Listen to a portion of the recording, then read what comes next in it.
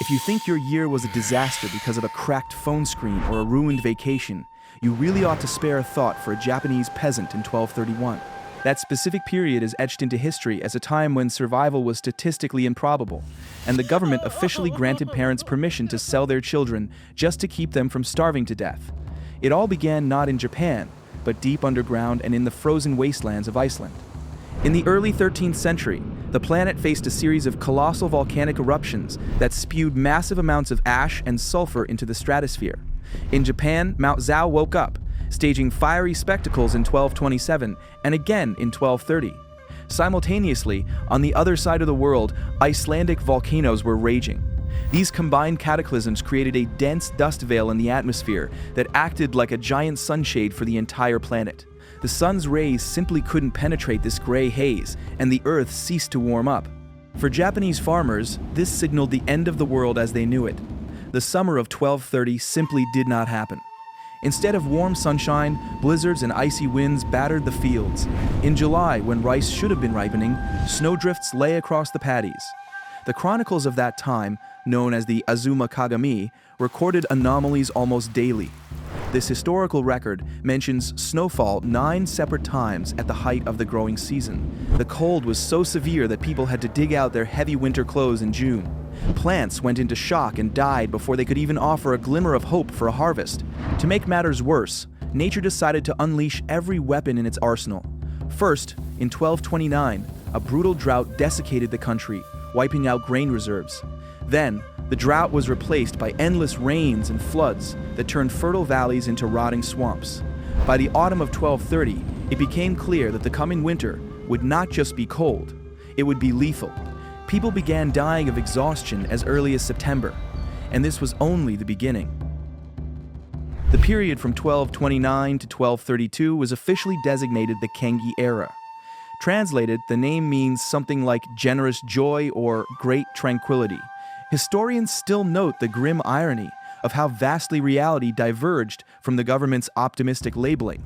Formerly, the country was ruled by Emperor Go Horikawa, but he was merely a symbol in Kyoto.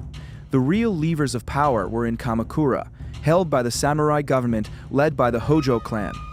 In 1231, the de facto ruler was Regent Hojo Yasutoki, widely regarded as a wise and just leader. Yet even his wisdom could not coax rice to grow under snow. At the same time, the young shogun Kujo Yoritsune lived in Kamakura. He was a child puppet in the hands of adult politicians. While peasants in the provinces were reduced to eating tree bark, the ruling elite continued with their courtly affairs.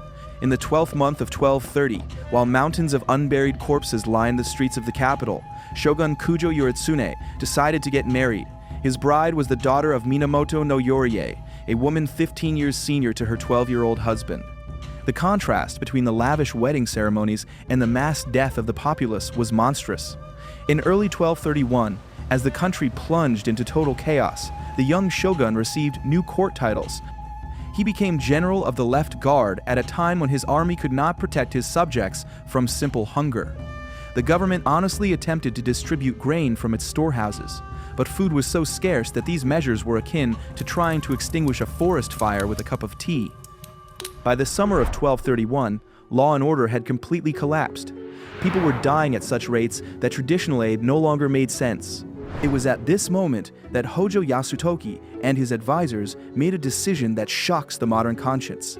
They officially legalized human trafficking.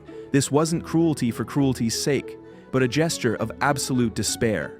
The government permitted parents to sell their children into slavery. The logic was simple and terrifying. If a child remained in a starving family, they were guaranteed to die. If they were sold to a wealthy household or a merchant, they stood a chance of receiving at least a bowl of watery gruel. Thus, slavery became the only social elevator that led not to success, but simply to continued existence. Families voluntarily disintegrated so that their members might survive a few more days. Such nightmares were not unique to Japan. At that exact same time, residents of Kievan Rus and Novgorod were also gnawing on tree bark and selling their children due to the same global cooling event. In Japan, the legalization of trafficking was intended to increase mobility, allowing people to leave the worst-hit areas in search of masters who could feed them. In 1231, human life officially became a commodity worth less than a sack of rotten millet. Hunger transformed society into something resembling a zombie apocalypse. Social bonds built over centuries evaporated under the pressure of empty stomachs. Buddhist commandments regarding compassion ceased to function. Bands of marauders began scouring the country, robbing everyone in their path. The most terrifying aspect was that the core of these gangs was often made up of former Buddhist monks. Men who yesterday chanted sutras about mercy were today picking up swords to snatch the last handful of grain from widows. The roads were cluttered with corpses that no one cleared away. It was during this time that images of hungry ghosts, or Gaki, solidified in folklore. These are creatures with distended bellies and needle-thin necks, eternally starving but unable to swallow a crumb. Real people looked exactly like this due to dystrophy. Mass disappearances spawned legends of demons who allegedly abducted entire villages. Tales spread of monsters who could swallow a human in a single gulp. In reality, these fairy tales masked the horrific truth of cannibalism. When the forests were emptied of game and the villages had eaten all the dogs, some people crossed the final line. Chronicles of the time contain hushed references to human flesh occasionally being sold secretly in markets, disguised as animal meat. The line between human and monster had become invisible. The famine quickly became a problem for all of East Asia. The island of Kyushu, located on the periphery of supply lines, suffered hard. The residents realized that waiting for help from Kamakura was futile, so they turned their gaze across the sea to Korea. Thus began the mass raids of Japanese pirates in 1231. These were not professional warriors seeking world domination. These were fishermen and peasants driven to madness, piling into rickety boats to plunder coastal Korean villages for a bag of rice. But the irony was that Korea in 1231 was itself in deep crisis. That very year marked the beginning of a full-scale Mongol invasion. The Koreans found themselves between a hammer and an anvil. From the north, the most powerful army in the world was advancing. From the sea, starving Japanese were attacking. The Mongols used scorched earth tactics, burning fields, which only intensified the general famine. Japanese raiders often discovered that Korean villages had nothing to eat but ash. These events marked the beginning of the long history of the Wako-Japanese piracy, which always flourished during years of climatic catastrophe. When the weather finally began to normalize in 1232, it became apparent that Japan had lost a staggering number of people. But conservative estimates suggest that between 1/3 and 1/2 of the country's entire population perished. That means approximately 2 million people simply vanished. For the 13th century, this was a planetary catastrophe. Even when the sun began to warm the earth, the land did not immediately bear fruit. After the terrible colds, the winter of 1231 was abnormally warm and dry. This led to the remaining seeds failing to germinate in the parched soil. Nature seemed to be mocking the Japanese. During this time, the diet of an ordinary person consisted of things we wouldn't classify as food. When the rice ran out, people ate grass and leaves. Acorns were eaten almost raw. People caught grasshoppers and insect larvae for protein. In the cities, the poor boiled soups from old straw and sawdust just to dull the pangs of hunger before death. In Kyoto, people dismantled their wooden houses and sold the beams for firewood just to buy a few handfuls of grain. Regent Hojo Yasutoki understood that the old world would not return. The mass death of landowners and peasants meant that land ownership rights had turned into a tangled mess. To restore order, the government issued the famous Goseibai Shikimoku legal code in 1232. This became the first clear code of rules for samurai.